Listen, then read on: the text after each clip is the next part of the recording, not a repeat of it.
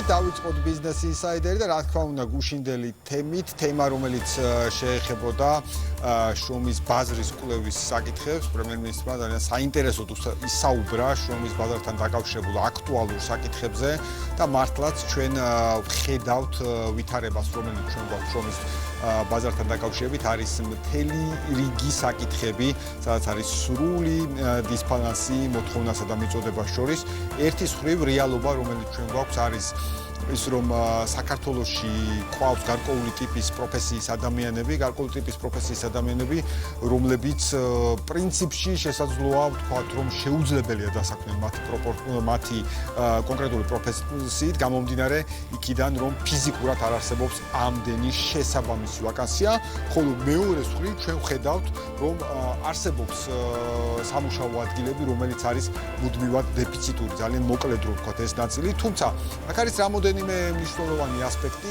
კიდევ ერთხელ აღნიშნული საკითხის სიმწვავე ჩვენ გვაჩვენებს იმ აუცილებლობას, რომელსაც ქვია განათლების რეფორმა, მათ შორის უმაღლესი განათლების რეფორმა, მათ შორის აქცენტირება პროფესიულ განათლებაზე, გამომდინარე იქიდან, რომ ეს დისბალანსი იქნას მინიმუმამდე დაყვანილი. რა ვითარება იყო აქამდე, როდესაც ჩვენ ვაკვირდებოდით სიტუაციას, რაც ცალსახად აღსანიშნავია, რომ ჩვენ ვსაუბრობდით, სხვა შორის Business Insider-ის ერთ-ერთ წინა მიმოხილვაში, რომ ბიზნესი ძირითადში საუბრობს სამუშაო ადგილების დეფიციტზე, ბიზნესი ძირითადად საუბრობს კვალიფიციური კადრების ნაკლებობაზე ერთის მხრივ, ხოლო მეორე მხრივ ჩვენ ვხედავთ უმუშევრობის მაჩვენებელს, რომელიც მიუხედავად შემცირების ტრენდისა კვლავ მაღალ ნიშნულზე რჩება. ეს არის საკითხები, რომელიც უნდა იქნას გადაწყვეტილი და სწორედ ამას ემსახურებოდა მათ შორის დღევანდელი კვლევის პრეზენტაცია, კვლევის რომელზეც იყო მუდმივად აპელირება თუ სად იყო ეს კვლევა, რის საფუძველზე ხდებოდა განათლების რეფორმა და ასე შემდეგ და ნახეთ კვლევის ყოვლის მომცველობა, ნახეთ 10,000-ზე მეტი გამოკითხული ამ შემთხვევაში ნახეთ სრული ვითარება, ის ფაქტობრივი საკმაოდ მძიმე ვითარება, რომელიც ჩვენ გვაქვს შრომის ბაზართან დაკავშირებით და კიდევ ერთხელ ის გადაუდებელი აუცილებლობა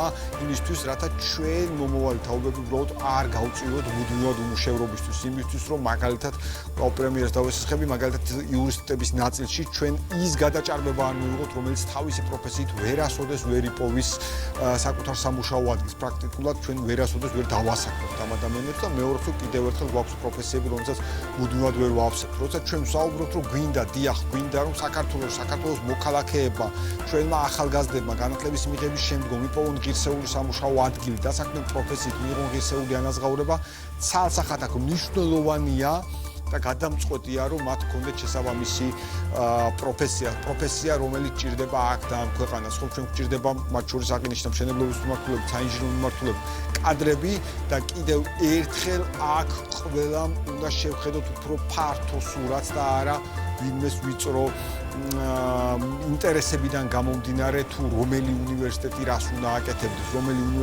აკეთებდეს, ეს სწორედ შრომის ბაზრის მოთხოვნებიდან გამომდინარე უნდა იყოს. ეს უნდა ეფუძნებოდეს სწორედ იმ კვლევას, რომელიც იქნა წარმოდგენილი და კიდევ ერთხელ სპეკულაციები მე ვფიქრობ უნდა დასრულდეს სწორედ კვლევის არსებობიდან გამომდინარე. ამავდროულად მინდა აღვნიშნო, რომ კვლევა უკვე გუშინდელ დღის მეორე ნახევრიდან სწორედ პრემიერის ამ განცხადების ამ შეხვედრის შემდგომ უკვე განთავსებულია მათ შორის ეკონომიკის სამდგრადი განვითარების სამიზნეს ვებგვერდზე, რომ ყველა შეუძლია მისი დეტალური ნახვა, დეტალური გაშლა ჩვენ ცხადია კვლევაში ჩართულ ადამიანთან უახლოეს დღეებში კიდევ უფრო ვრცელ და ფართო დისკუსიას შემოგთავაზებთ, ფართო განხილვას შემოგთავაზებთ ამ საკითხთან დაკავშირებით.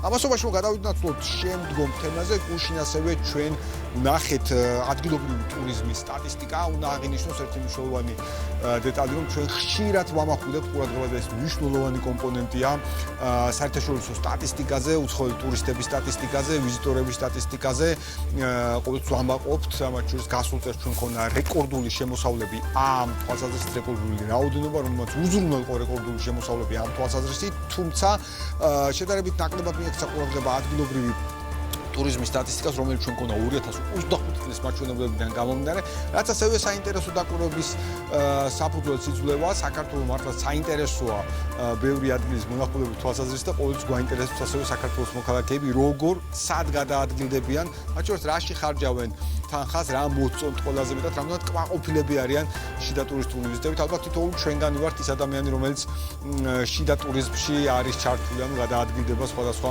მიზეზის და გამო ქვეყნის შიგნით. ნახოთ პირველი დიაგრამა და შევხედოთ ვითარებას, რომელიც გვაძლევს ჩვენ გარკვეული შედარების საშუალებასაც, მათ შორის გასულ წელთან შედარებით 15 წლის და უფროსი ასაკის საქართველოს რეზიდენტი ვიზიტორების და მათ მიერ საქართველოს ტერიტორიაზე განხორციელებული ვიზიტების საშუალო რაოდენობა თუ შევხედავთ 2024 და 2025 წლის მაჩვენებლებს დავაკვირდებით ვითარებას, ვხედავთ 2025 წლის მაჩვენებლების ყოველ ტიპის ზრდის ტენდენციას ამ კუთხით, რომელიც ჩვენ გვაქვს დაფიქსირებული და მართლა საკმაოდ შთამბეჭდავი არის რიცხვი საქართველოს მოქალაქეების, რომლებიც გადაადგილებიან ქვეყნის შიგნით, მოინახულებენ სხვა ადგილებს და ცხადია მნიშვნელოვანია სად და რა ადგილებზე ვსაუბრობთ. ამ შემთხვევაში შემდგომი დიაგრამა თუ შეიძლება, სადაც ჩვენ უკვე შევხედავთ გეოგრაფიულ განაწილებას, ძირითადად მონახულების მაჩვენებლებიდან გამომდინარე და ქალაქი თბილისი ამ შემთხვევაში რჩება ყველაზე უფრო პოპულარულ მიმართულებად.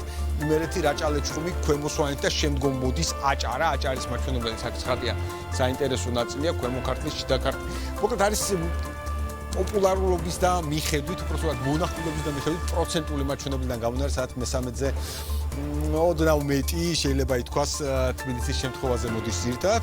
თუმცა კიდევ ერთი საინტერესო დეტალი, ცხადია მნიშვნელოვანია და ხშირად ვსაუბრობთ ხოლმე იმასთან დაკავშირებით, თუ სხვა ვითარებაში რამდენად კმაყოფილია თუნდაც საქართველოს მოქალაქე სწორედ სხვა ვიზიტების ფარგლებში ქვეყნის შიგნით და ვნახოთ სწორედ ეს კმაყოფილების მაჩვენებლები, რომელსაც ამ შემთხვევაში საქსტატი გვთავაზობს და აი ეს მაჩვენებლები ძირითადად შემთხვევაში 32% საუბრობს, რომ არის ძალიან კმაყოფილი, 54% არის კმაყოფილი ჯამში შეიძლება ითქვას კმაყოფილების მაჩვენებელი მაღალია ძალიან ან კმაყოფილი. ეს არის ვითარება, რომელიც ჩვენ გვაქვს ტურისტებთან მიმართებაში, თუმცა ცხადი არსებობს გარკვეული ტიპის ნეგატიური მაჩვენებელიც, ცხადი არსებობს უკმაყოფილო მოხმარებელიც და ეს ბუნებრივი ნაწილიც არის, ალბათ უმთავრესი მიზანი.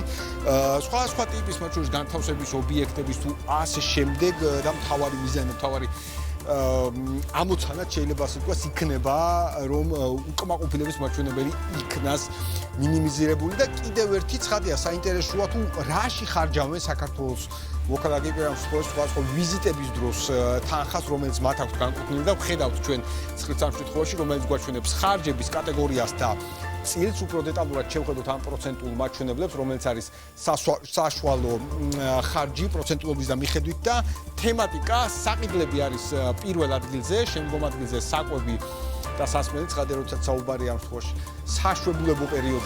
საშუალებულო პერიოდის გამოყენება, ცხადია საკვების სასმელის ნაწილი, ჩვენი ნაწილია, ისევე როგორც განთავსების ნაწილი, გასართობი ნაწილი, მაგრამ აუცილებლად ყურადღება უნდა მივახცოთ საყიდლების ნაწილს მართლაც, რომელსაც უკავია საკმაოდ მაღალი პროცენტული მაჩვენებელი, თითქმის 27% ამ ჭრილში. მოკლედ ეს იყო ვითარება, ეს იყო სიტუაცია, რომელიც ჩვენ გაგვაცნო საქსტატმა ვიზიტებთან დაკავშირებით და გვინდა ვისაუბროთ უკვე მთლიანობაში საქართველოში არსებულ ვითარებაზე და საქართველოში განხორციელებულ ინვესტიციებთან დაკავშირებით უკვე ჩვენ სტუმართან ერთად და გვინდა რომ შევაფასოთ ვითარება სხვადასხვა მიმართულებით, მათ შორის უპირატესად სწორედ იმ ნიშნით და იმ მიმართულებებით, რომელიც შეეხება საქართველოში უცხოელი ინვესტორების შემოსვლას, უცხოელი ინვესტორების დაინტერესებას, გამომდინარე იქიდან, რომ კიდევ ერთხელ ხედავთ, რომ საქართველოს მოქალაქეების აქტიურები არიან საკუთარ ქვეყანაში მოგზაურობის თვალსაზრისით და შეიძლება საქართველოს მოქალაქეებისთვის, მათ შორის და არა მხოლოდ უცხოელი ინვესტორებისთვის იყოს საინტერესო, თუნდაც ახალი ინვესტორების შემოსვლასთან დაკავშირებით და მინდა ბატონ ჯემალ მინაიშვილი მოვიწვიო, თბილისის რაიპორტის აღმასრულებელი დირექტორი. ბატონ ჯემალ, მოგესალმებით, მადლობას გიხდით ბიზნეს ინსაიდერში მაესტროზე მობრძანებისათვის და მინდოდა დამეწყო ინვესტიციებთან დაკავშირებული საკითხით, თუმცა აუცილებლად მინდა თქვენი აზრი გკითხოთ ზოგადად დასაქმების მიმართულებით და ჩვენს განათლების რეფორმის საჭიროებასთან დაკავშირებით იმ ჭრილში, ცხადია განათლების რეფორმის წიგნებში არ შევდივარ, იმ ჭრილში, რომ საქართველოს მოქალაქეებმა შეძლონ მართლაც ღირსეული დასაქმება, საჭირო პროფესიების დაუფლება, ვინაიდან ნახეთ დღეს ჩვენ ვითარება იგივე პრემიერ-მინისტრის დღევანდელი პრეზენტაციიდან და შეფასებებიდან გამომდინარე, რომ ჩვენ ერთი სხული გვაქვს ადამიანები რომლებიც იღებენ კვალიფიკაციას, რომელთაც ფაქტურად შეუძლებელია დასაქმება გამომდინარე მცირე სამუშაო ადგილებიდან ამ სფეროში, მაგრამ მეორე სულ გაქვს ძალიან დიდი დეფიციტი მთელი შემთხვევაში. აი ამ ვითარებას როგორ ხედავთ ბიზნესის გადმოსახედიდან? მე ვფიქრობ, რომ ეს ძალიან დროული, ასე ვთქვათ, დრო დადგა ამისთვის, რომ სახელმწიფო ჩაერიოს უნდა ამ პროცესში, ვინაიდან დისბალანსია აბსოლუტურად განათლების თვალსაზრისით იმ კუთხით, რომ ძირითადად ახალგაზრდებს უფრო ურჩევნია მიიღოს განათლება, ზოგადი განათლება, რაც შეეხება ბიზნესი, მენეჯმენტი და ასე შემდეგ და არა კონკრეტული განათლება მიიღოს, რაც ჭირდება, ასე ვთქვათ, უფრო ტექნოლოგიური განათლება მიიღოს, ტექნიკური უпростоრი განათლება მიიღოს, რაც არის ძალიან დიდი დეფიციტი კადრების. აქედან გამომდინარე, ბევრ ქვეყნებში სახელმწიფო ზუსტად ამას არეგულირებს და ხელს უწყობს. ეს არის აუცილებელი პროცესი, იმიტომ რომ დღესაც ითქვა და ეს ნობილია, რომ არის ნაკლებობა, ვთქვათ, ინჟინერების სამშენებლო დარგში, ვთქვათ, ის დარგები, რომელიც დღეს უკვე ძალიან კარგად ვითარდება და მოთხოვნა დიდია, ვთქვათ, იგივე მოთხოვნა არის აგრონომების, სპეციალისტების და ასე შემდეგ. ანუ ვიწრო სპეციალობებზე არის მოთხოვნა დიდი. ბატონჯება, საკითხი, რომელზეც მინდა ვისაუბრო, შეეხება სწორედ უცხოურ ინვესტიციებს და უცხოურ ინვესტიციების მოზიდვას. ჩვენ სხვა ფორმატში პირადადაც არაერთხელ გვისაუბრია იმ უპრეცედენტო და ისტორიულ ინვესტიციაზე საქართველოს, რომელიც შეეხება Eagle Hills-ის 6.6 მილიარდიან ინვესტიციას. როგორ შეაფასებდით კიდევ ერთხელ თქვენი გადმოსახედიდან Eagle Hills-ის ამ ინვესტიციას საქართველოს საინვესტიციო გარემოს გაუმჯობესება გაჯანსაღების მიმზიდველობის თვალსაზრისით? მე ადრეც აღნიშნე და ეხლაც გავიმეორებ, რომ ეს მნიშვნელოვანი ინვესტიცია საერთოდ ჩვენი ქვეყნის ეკონომიკისთვის და მისი მუდმივად ზრდის ტემპების შენარჩუნებისთვის აუცილებელია, რომ ამდაგვარი ინვესტიციები უნდა განხორციელდეს საქართველოში და ეს არის, ასე ვთქვათ, დეველოპმენტზე, რომელიც შემდეგ უკვე მოიცავს მშენებლობას თავისთავად და ამ პროცესში ჩართულია არაერთი სფერო, ასე ვთქვათ, ეკონომიკის, დაწყებული ლოგისტიკით, გადაზიდვით, მშენებლობით და საშენ მასალების ვაჭრობით თუ ასე შემდეგ, რა თქმა უნდა. დეველოპმენტი ძალიან დიდ როლს თამაშობს ჩვენი ეკონომიკაში და შესაბამისად ჩვენ ეს ტემპები უნდა შევინარჩუნოთ, ასე ვთქვათ, ეს იქნება Eagle Hills-ი თუ სხვა დეველოპერები, მათ უნდა უზრუნველყონ მზარდი გაყიდვები და დაინტერესება, ასე ვთქვათ, ჩვენი ბაზრით და მათი პროექტებით. თვითონ Eagle Hills-ზე გამომდინარე თქვენი კავშირებიდან, მათ შორის ემირატებიდან და ასე. თვითონ Eagle Hills-ზე როგორც კომპანიაზე როგორ შეგიძლია თქვათ, აი რამდენად შორის სხვა ინვესტორებისთვის ბრენდის როგორც Eagle Hills-ის შემოსვლა იქნებოდა? ძირითადად საქართველოში მოღვაწეობდა ადგილობრივი დეველოპერები და პირველად მოხდა, როცა უკვე საერთაშორისო დიდი კომპანია შემოდის ჩვენს ბაზარზე და ის, რა თქმა უნდა, მას თავისი, ასე ვთქვათ, უზარმაზარი გამოცდილება და ბაზა გააჩნია სპარსეთის ყურის ქვეყნებში და შესაბამისად ის ძირითადად იქნება ორიენტირებული უცხოელ ინვესტორებზე, რომ შემოიყვანოს უცხოელები და ამაში არაფერი ცუდი არ არის, პირიქით აუცილებელია, იმიტომ რომ ჩვენი ქართველების ხარჯზე, ასე ვთქვათ, იმ ფართების ათვისება შეუძლებელია რომ მოხდეს. ამას აკეთებს ყველა ქვეყანა, ამას აკეთებს საბერძნეთი, ესპანეთი. ეხლა აზერბაიჯანმა გასულ წინა გადაცემაშიც ვახსენე. მე მგონი რომ აზერბაიჯანმაც უკვე დაიწყო თავისი უზარმაზარი პროექტი სიბრიზის მეშვეობით დაიწყო უკვე დაინტერესება უცხოელი, ასე ვთქვათ, ინვესტორების და მყიდველების. ეს აუცილებელია, რომ ჩვენ შევინარჩუნოთ მაღალი ტემპები ინვესტიციების შემოდინების. ის ერთი ბინაც არის ინვესტიცია ჩვენთვის კონკრეტული, ასე ვთქვათ, იმ პროექტში და უნდა შედგებოდეს მრავალი, ასე ვთქვათ, მომხმარებლისგან. სხვა შორს საინტერესო რაც იყო, ხა თქვენას აღნიშნავთ, რომ ქართველი დეველოპერების დიდმა ნაწილმა თუ არა სრულმა უმრავლესობამ ყოველ შემთხვევაში ვისთან ჩვენ ბიზნეს ინსაიდერს ჰქონდა ექსკლუზიური საუბრები, ინტერვიუები, აღნიშნა საბოლოო ჯამში, რომ Eagle Hills-ის შემოსვლა რეალურად აღიქვა არა როგორც კონკურენტი, არამედ როგორც პირიქით ახალი შესაძლებლობა უფრო მეტი განვითარების თვალსაზრისით. Eagle Hills-ი ჩაატარებს თავის სარეკლამო კამპანიას, ასე ვთქვათ, როდესაც Eagle Hills-ი აწარმოებს რეკლამას თავის პროექტებთან დაკავშირებით, შესაბამისად ის საქართველოს პოპულარიზაციას ეწევა, იმიტომ რომ თუ არ არის საქართველოს მიმზიდველი ქვეყანა, არც მაშინ საქართველოში უძრავი ქონების შეძენას არ აქვს აზრი. აქედან გამომდინარე, ეს თანხმედრაშია მთლიანად ქვეყნის პოპულარიზაციას ახდენს. კომპანია, რათა მოახდინოს საინტერესება მყიდველით და ის ჩამოიყვანოს აქ და მან უნდა შეიძინოს შესაბამისად უძრავი ქონება ბინის სახით თუ სახლის თუ ასე შემდეგ. კი ბატონო, ალბათ ეს არეალი კიდევ უფრო მეტად ფართოვდება. სხვა შორის, პირველი ფაზა, რომელიც იყო გაყიდვების სიგელქილსთან დაკავშირებით, ამან გარკვეულწილად სპეკულაციები განსაკუთრებით ეგრეთ წოდებულ არაბულ ქალაქთან დაკავშირებით დაასრულა ფაქტიურად. მიანან აქ ჩვენ ნახეთ, რომ პირიქით ძალიან ნაკლები იყო თვითონ ეგრეთ წოდებული არაბული ქვეყნებიდან მოთხოვნა გაყიდვების წილში და იყო 60% ქართველები, მათ შორის ემიგრანტები, ჩემი ვარაუდით, ისევე როგორც იყვნენ ევროპიდან, აზიიდან, შტატებიდან მყიდველები, საკმაოდ მრავალფეროვანი კამპანია იყო. რატო ხდება ხოლმე, რომ როდესაც ასეთი ტიპის მსხვილი ინვესტორი შემოდის და ამ კონკრეტულ შემთხვევაში იყო რაღაც ესეთი მოჩვენებითი კამპანია, რაღაცა ლეგენდებთან, მითებთან დაკავშირებით. თუ არ ვცდები, გაერთიანებული საემირატოების მოსახლეობა არის 600,000 თუ არ ვცდები რა, მაგრამ იქ ცხოვრობს დღეს მე მგონი 6 თუ 7 მილიონი და ეს ყველა არის უცხოელი, ეს ყველა არის ასე ვთქვათ, იქ ჩასული ან სამუშაოდ, ან საცხოვრებლად, ან არის და უამრავია მათ შორის არის კიდე ვინც მუდმივად არ ცხოვრობს, მაგრამ ფლობს უძრავ ქონებას. ანუ თუ გავითვალისწინებთ, ასე ვთქვათ, დავიღებთ მაგალითად, რომ მათ მხოლოდ ადგილობრივი მოსახლეობისთვის უნდა მოეხდინათ, ასე ვთქვათ, უძრავი ქონების მიყიდვა, მაშინ შეუძლებელი იყო, რომ დუბაი და ეხლა აბუ-დაბი და რას-ალ-ხაიმა უკვე ყველა თავის ასე ვთქვათ პროექტებს ანვითარებს ამ მიმართულებით მოეზიდათ ამდენი უცხოელი მყიდველი უძრავი ქონების, ასე ვთქვათ. ეს გარდაუვალია და ფლობა უძრავი ქონების არ ნიშნავს, რომ შენ გეძლევა უკვე მოქალაქეობა ავტომატურად. ეს გამორიცხული არა.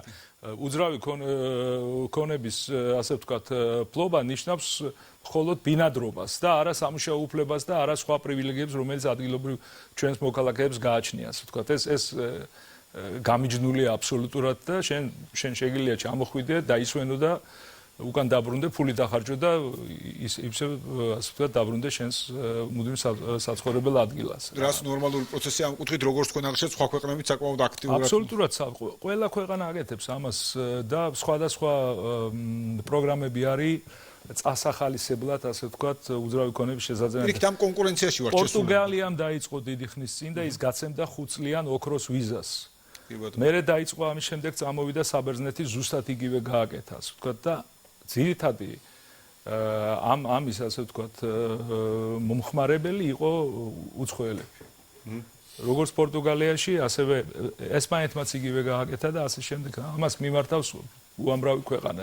იმიტომ რომ ადგილობრივი მომხმარებლის ხარჯზე შეუძლებელია რომ შენ ეს განავითარო. კი ბატონო, მით უმეტეს როცა ამ მასშტაბებზე ვსაუბრობთ. სხვა შორის როცა საინვესტიციო მიმზიდველობაზე ვსაუბრობთ და ჩვენ ზოგადად ვსაუბრობთ ემირატების ნაწილზე, ასევე ხაზი მინდა გაუსვა აბუ-დაბის პორტის ჯგუფს შემოსვლას საქართველოში. თუ შეიძლება ამასთან დაკავშირებით გითხრათ მეტი ამ შემთხვევაში, რატომ საქართველო, რატომ იყო საინტერესო? არა, ნუ საქართველო იქიდან გამომდინარე, იმიტომ რომ ჩვენ ბუნებრივად წარმოადგენთ აი დერეფნის ტრანსპორტო დერეფნის ერთ-ერთ მთავარ ასე ვთქვათ მოთამაშეს გამომდინარე იქიდან რომ ასე ვთქვათ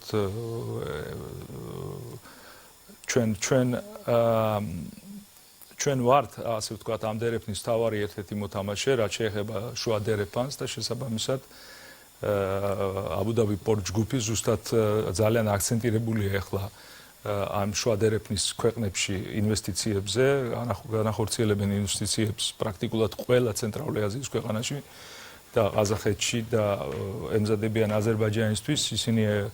ისინი უკვე ფლობენ გემების, ასე ვთქვათ, გემებს, რათა მოახდინონ ტრანსპორტირება, შედიან ნავსადგურებში, როგორც კურიკია და არის გეგმები აზერბაიჯანთან დაკავშირებით, მათ აქვთ ინტერესები რკინიგზასთან დაკავშირებით და შედიან ერთობლივი საწარმოების თუ ასე შემდეგ უკვე სხვადასხვა ამ ცენტრალური აზიის ქვეყნების რკინიგზის საოპერაციო ასე ვთქვათ კომპანიებში პარტნიორებად და შესაბამისად ეს იყო ლოგიკური გაგრძელება ან შეიძლება დასაწყისით კიდეც, იმიტომ რომ ჩვენ ვართ როგორც შემავალი ასე ვთქვათ სატრანზიტო ქვეყანა, ასევე საექსპორტო სატრანზიტო ქვეყანა შუა დერეფანს. კი ბატონო, კვლავ მინდა შუა დერეფანს დაუბრუნდეთ, თუმცა მანამდე აუცილებლად მინდა კითხოთ ჩვენს მაყურებელსაც მინდა კიდევ ერთხელ განუმარტოთ თბილისის მშრალი პორტის შესახებ ინფორმაცია.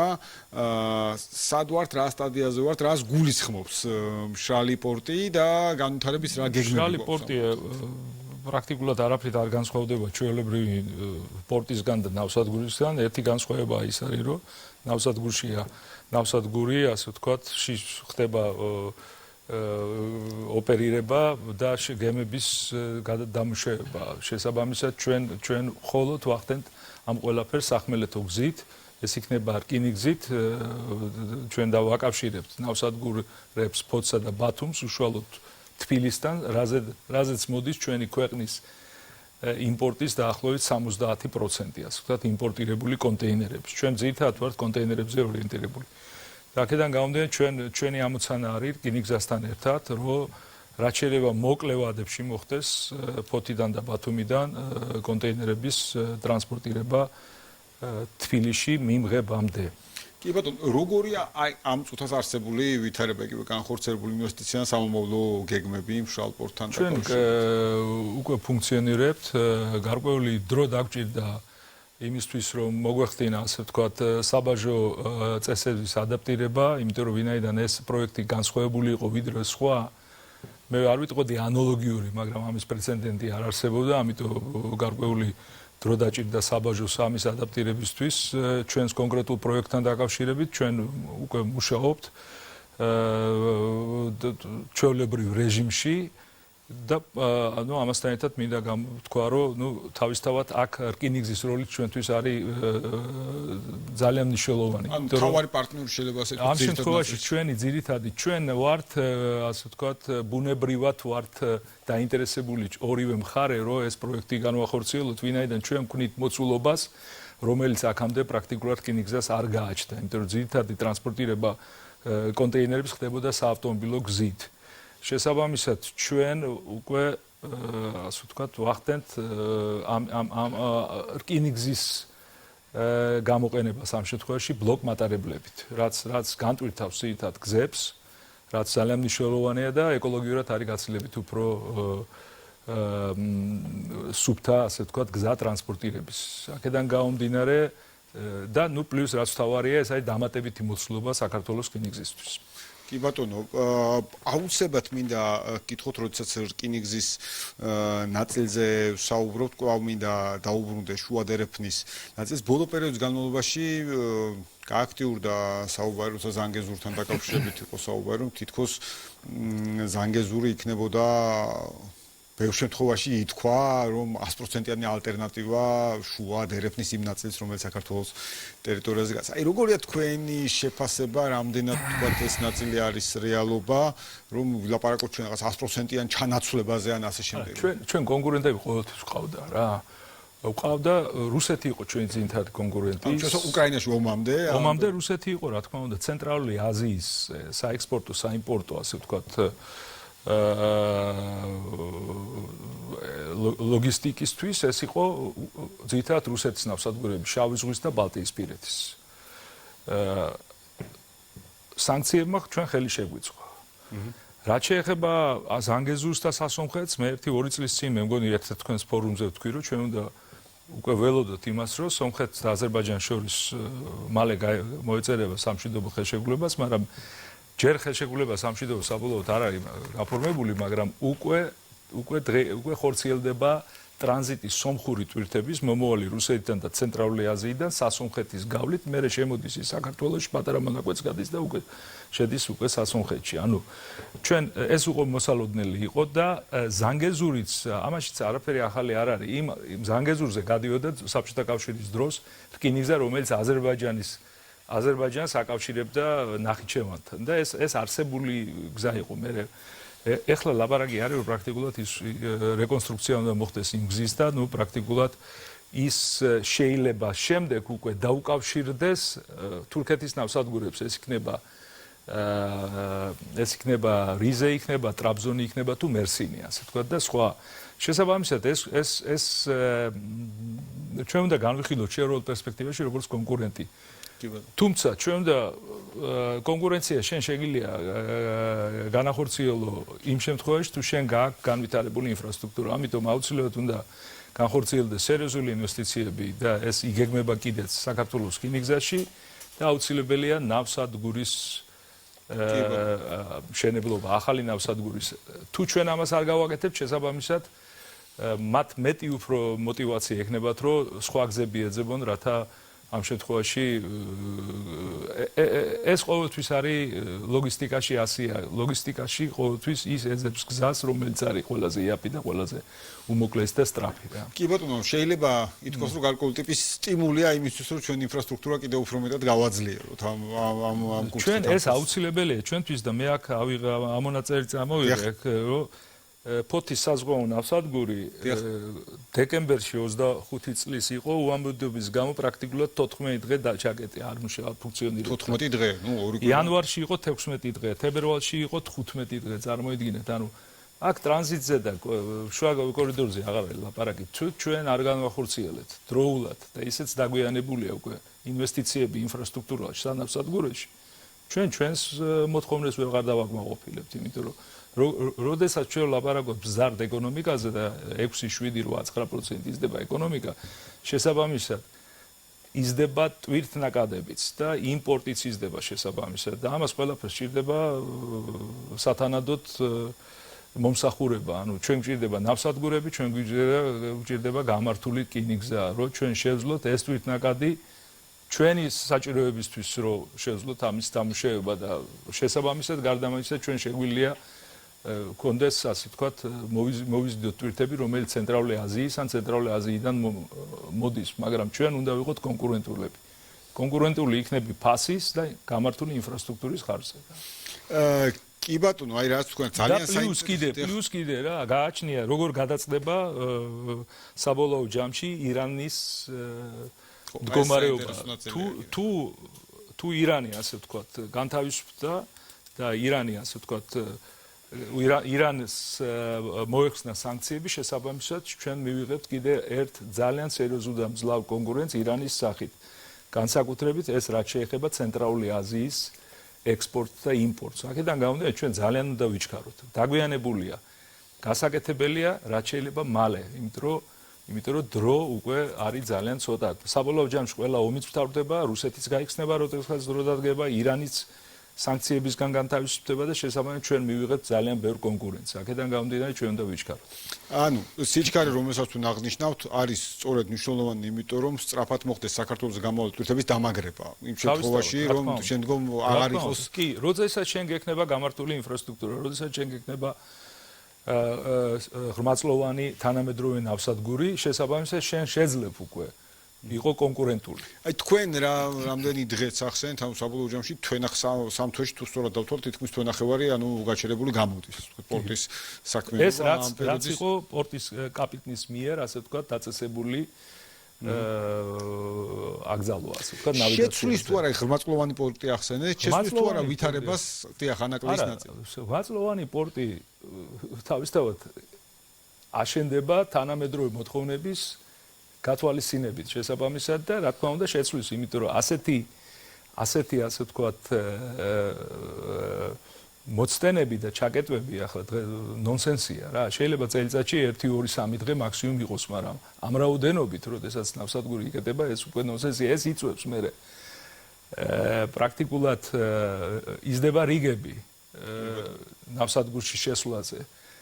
ჩვენ როგორც MS-ის ჩვენ შეგვექნა სერიოზული პრობლემები, ვინო და უკვე მოხდა ჯაეტაროს ნავსადგურში და ტეგირდას ნავსადგურში, საიდანაც ძირითადად ჩვენ ვღებულობთ ჩვენს კონტეინერებს.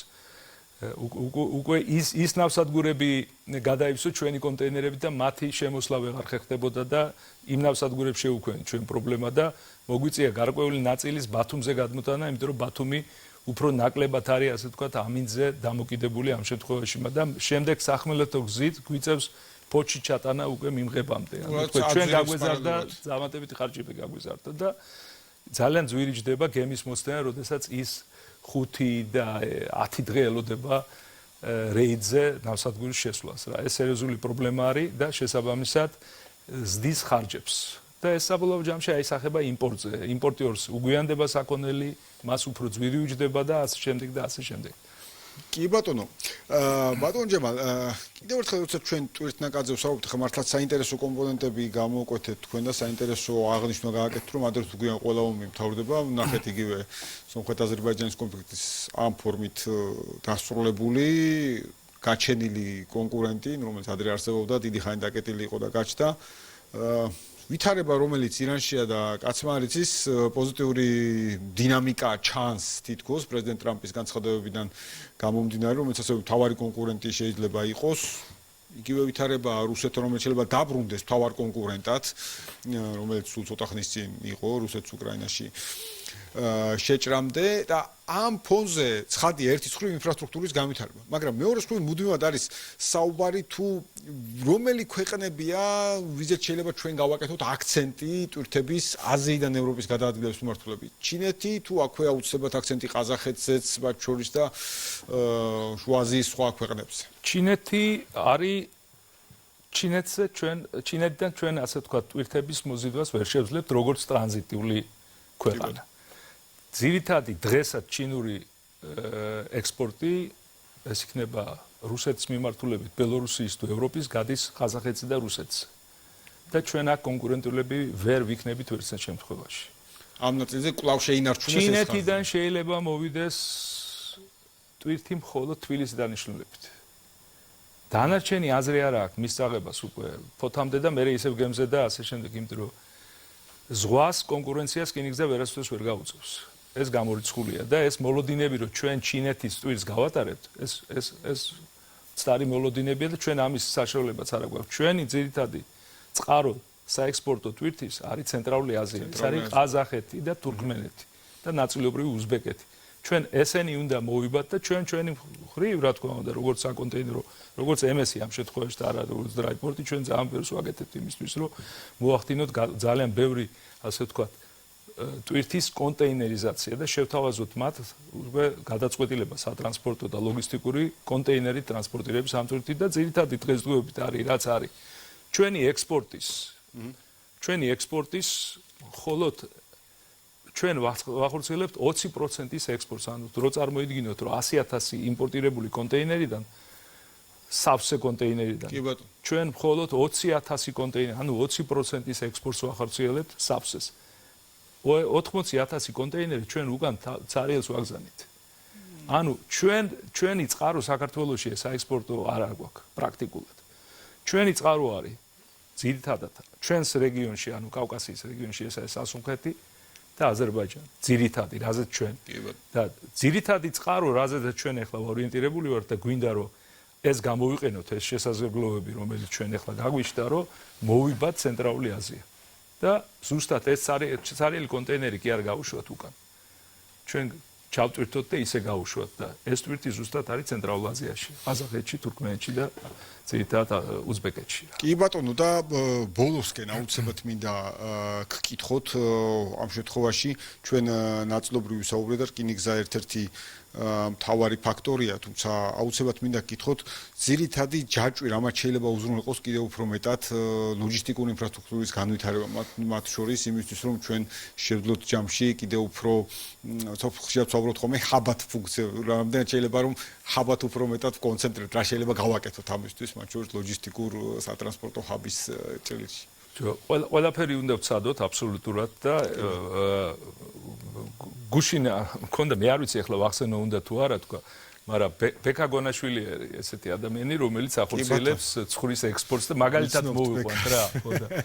ის მეუბნებოდა, რომ მას შეუძლია თქვათ წამოიყვანოს რუსეთიდან და სხვა ქვეყნებიდან თქვათ ჩამოიყვანოს საქონელი, გაზარდოს და ექსპორტზე გაუშვათ.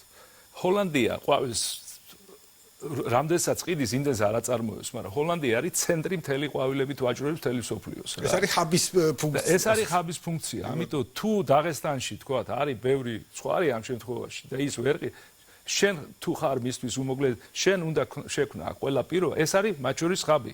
ეს ხაბის მრავალი ფუნქცია აქვს რა. როგორც წარმოების, ასევე დამატებითი ღირებულების შექმნის და შემდეგი ტრანსპორტირების ფუნქცია აქვს. ანუ ყველაფერის გაკეთება შეიძლება ჩვენს პირობებში. და შენ უნდა გამოიყენო შენი ეს უპირატესობა აუცილებლად, მაგრამ რა არის საჭირო, რომ იყოს ჩვენი ტარიფები კონკურენტული და უნდა იყოს ნაკლები, ასე ვთქვათ, ბიუროკრატიზირებული ეს მთელი სისტემა რა და გაცილების სწრაფად უნდა ხდებოდეს გადაწყვეტილების მიღება. ეს მაგალითად მოვიყვანე ახლა ჩვენი თვითი არ არის ცხრის ექსპორტი და არ არის, მაგრამ მაგალითად ეს შეიძლება რომ გამოიყენო. როგორც ხო, რა თქმა უნდა, ჰოლანდია ძალიან ბევრ ყვავილს აწარმოებს თავისი, მაგრამ ძირითადი ჰოლანდია არის ვაჭრობის ცენტრი არის რა. ისევე როგორც არის ჰოლანდია ვაჭრობის ცენტრი ბევრი სხვა პროდუქტებისთვის. იქ იყრის ყველაფერი თავს და მე ისე ხდება მისი გადანაწილება. ამ შემთხვევაში ჩვენ შეგვიძლია ჩვენ ვიქცეთ, ასე ვთქვათ, ზუსტად ჰაბად ჩვენი რეგიონისთვის. კი ბატონო და კი თქვი რომ ბოლო კითხვა თქო, მაგრამ აუცილებლად გამიჩნდა კიდევ ერთი შეკითხვა, როცა ჰაბის თემაზე ვსაუბრობთ, იმიტომ რომ ამ თემაზე პირადად არაერთხელ გვისაუბრია. ტურიზმი ვახსენეთ, თუმცა ამ შემთხვევაში შიდა ტურიზმი ვახსენეთ. თქვენ გაქვთ ხოლმე საკმაოდ საინტერესო მოსაზრება, მათ შორის ტურისტების მოზიდვის თვალსაზრისით. ხშირად არის ხოლმე საუბარი და დისკუსია ახალი ბაზრები, საიდან შეიძლება ჩვენ ტურისტები მოვიზიდოთ. რამდენად უყურებთ ამ ახალ შესაძლებლობას საქართველოსთვის და რა შეიძლება იყოს კიდევ უფრო საინტერესო, თქვა, საქართველოსთვის ტურისტების მოზიდვა. სწორედ ჰაბის ჭრილში. ძალიან კარგი ბაზრები არის საერთოდ, ანუ ბაზრები როგორ ვთქვათ ახლა, აი კარგი ბაზა არის, უბრალოდ ბაზარი კი არა, ვთქვათ, ბრიტანელ უკვე პენსიონერებს, მოდი ასე ვთქვათ, უყვართ ესპანეთი რა. გერმანელებს თურქეთი და ანტალია უყვართ და მთელი ზამთარი იქ ატარებენ დროს რა. არის ძალიან დიდარი ნორვეგიელი, შვედი და დანიელი და ფინელი პენსიონერი. ჩვენ მათ შორის მათზეც უნდა გავაკეთოთ აქცენტი, იმიტომ რომ ეს ძალიან საინტერესო მიმართულებაა ბიზნესის. ეს არ არის კლასიკური ტურისტი, რომელიც ასე ჩამოვიდე ერთი კვირით. ის შეიძლება აქ გაჩერდეს მთელი ზამთრის განმავლობაში, იმიტომ რომ მისთვის ხაერი უფრო მიმზიდველია, უფრო რბილია, საკვები იაფია შედარებით ეს ყველაფერი. ამის ხარჯზე მუშაობს მთელი თურქეთის სასტუმროები ძირითადად რაღაცა იკეთება ზამთარში, მაგრამ ბევრი მუშაობს ძალიან პატარა მარჟაზე და შემოსავალზე, მაგრამ თავარია რომ შეინარჩუნოს სტაფი, გაცეს ხელფასები და არ დახუროს სასტუმრო, რომ მე თავიდან გახსნა არ მოუწიოს ყველა სეზონის წინ. და ისინი ხო, აქედან გამომდინარე, ისინი მუშაობენ ზუსტად აი ამ კონკრეტულ სეგმენტზე უკვე ზამთრის პერიოდში და ამას აკეთებს ძალიან ბევრი ქვეყანა. და შეიძლება ეს სეგმენტი იყოს საინტერესო. რა თქმა უნდა, იმიტომ რომ ესენი მაღალ მათი შემოსავალი აძლევს საშუალებას, რომ მათ მთელი ზამთარი, ასე ვთქვათ, გადაიზამთრონ თბილ ქვეყნებში და მათ შორის ჩვენ შეგვიძლია ვიყოთ კარგი საშუალება და ალტერნატივა. ესეც დამატებით საშუალება არის ჩვენ კი რა თქმა უნდა გვინდა რომ ძვირიანი და მაღალ და ასე ვთქვათ შემოსავლიანი ტურისტი ვყავდეს დიდარი, მაგრამ ჩვენ ინფრასტრუქტურა უნდა განავითაროთ ამისთვის. ბევრი რაღაცა გვჭირდება. კი, სერვისებში გვაქვს პრობლემა სერიოზული. ნაკლებობა ამ ხრივ, ანუ ჩვენ თუ გვაქვს პრეტენზია რომ ვიყოთ შრი-ლანკა რო ავიღოთ, ძალიან ღარიბი ქვეყანაა, ხო, მაგრამ მათ უკვე აქვთ ქსელები, სასტუმროები, სადაც იქ ერთი ღამე არის $1000 და 1500 და ასე შემდეგ. იქ არის ამანი და ბევრი სხვა ძალიან four season-ი იქ არის და ასე შემდეგ. ანუ იმიტომ რომ იმათ მუშახელი იაფი აქვს და ბევრი მუშახელი ყავთ რა და მათ შეუძლიათ ამ სერვისების განხორციელება და აქედან თუ არა შეიძლება არალოგიკური იყოს იმ შემოსავლებით და შედარებით ღარიბ ქვეყანაში ეგეთი ძვირიანი საშუალო ღამე როცა ამდენი ჯდება, მაგრამ ეს საშუალება არსებობს და მათ შორის ჩვენთანაც არსებობს, მაგრამ ამისთვის არის საჭირო სერვისი. კი ბატონო, ბატონჯება, ძალიან დიდი მადლობა, როგორც ყოველთვის თქვენთან საუბარი ძალიან საინტერესოა, მით უმეტეს როცა ჩვენ ნიშურ საკითხებზე, როცა შუადერე ფანზე საქართველოს ფუნქციის გამოკვეთაზე საუბრობთ ხოლმე, კიდევ ერთხელ მადლობა და წარმატებას გისურვებთ. მე დარწმუნებული ვარ, რომ აქაც ჩვენ ეთერში ჩვენ არ მადლობა, წარმატება თქვენს ახალ ასე ვთქვათ პროგრამას კიდე. დიდი მადლობა ბატონჯება. წარმატებულ პროექტს. უღრმესი მადლობა თქვენს მხარდაჭერას ყოველთვის ვშდობთ ხოლმე ყველა ჩვენი მიმართულებით. დღეს Business Insider-ი ამით დასრულებულია. ჩვენ ტრადიციულად დავბრუნდებით ხვალ და კიდევ ერთხელ სხვა დანარჩენი სიახლეებს თქვენ გაეცნობით ბიზნეს და ეკონომიკურ სიახლეებს გაეცნობით ვებგვერდზე Business Insider-ში. მადლობთ რომ გიყურებდით და გვისმენთ.